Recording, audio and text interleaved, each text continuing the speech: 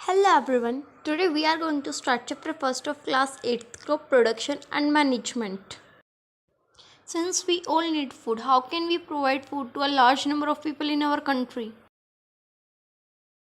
Let us discuss what we can do for this. In order to provide food for a large population, regular production, proper management and distribution should be done. अब हमें खाना मिलता किस चीज़ से? खेती करने से, प्लांट से तो हमें फूड देते हैं, हमने पढ़ा है एग्रीकल्चर प्रैक्टिसेस। अब हम पढ़ेंगे क्रॉप क्या होती है। When plants of the same kind are cultivated at a place on a large scale it is called crop. अब गेहूँ तो हम सबके खेत में होता है, सबको पता है ना। तो इससे अच्छा एग्जांपल तो कोई हो ही नहीं सकता। Now we have two broad cropping patterns, kharif crops, rabi crops. अब सीज़न के अकॉर्डिंग की तो क्रॉप उगाएंगे ना, ये तो है नहीं कि गर्मियों में सर्दी की और सर्दी में गर्मी की, ऐसे तो नहीं कर सकते ना। That's why kharif crops and rabi crops are two types of crop. Understand? Let us discuss further about this. Now coming to kharif crops. Kharif crops कौन से होते हैं? Those crops which are grown in rainy season are called kharif crops. The rainy season in India is generally from June to September. और example क्या क्या है?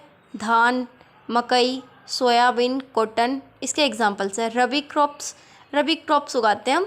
कब उगाते हैं रबी क्रॉप्स? विंटर सीजन में, अक्टूबर टू मार्च का मतलब ये नहीं कि आप अक्टूबर मार्च में कभी भी बोगे, नहीं।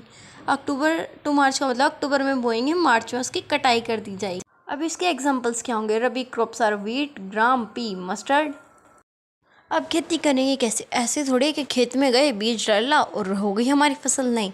सबसे पहले होती है प्रिपरेशन ऑफ सोयल, फिर बीज बोते हैं, सोइंग, जिसे हम बोलते हैं sowing, adding manure and fertilisers.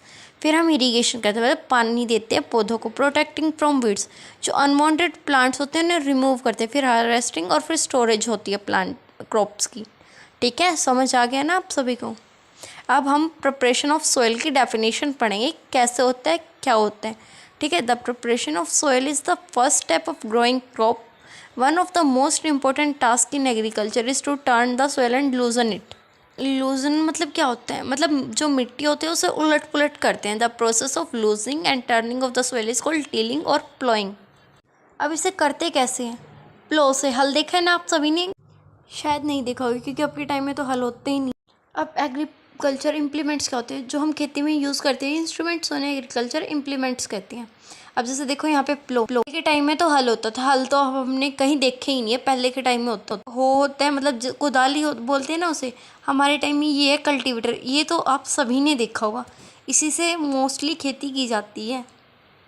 मतलब प्लोइंग जो होती है, टेलिंग जो बोलते हैं प्रोसेस, वो होती है कल्टीवेटर से, हो से और प्लो से। Thank you so much for this session. Now comment for second part.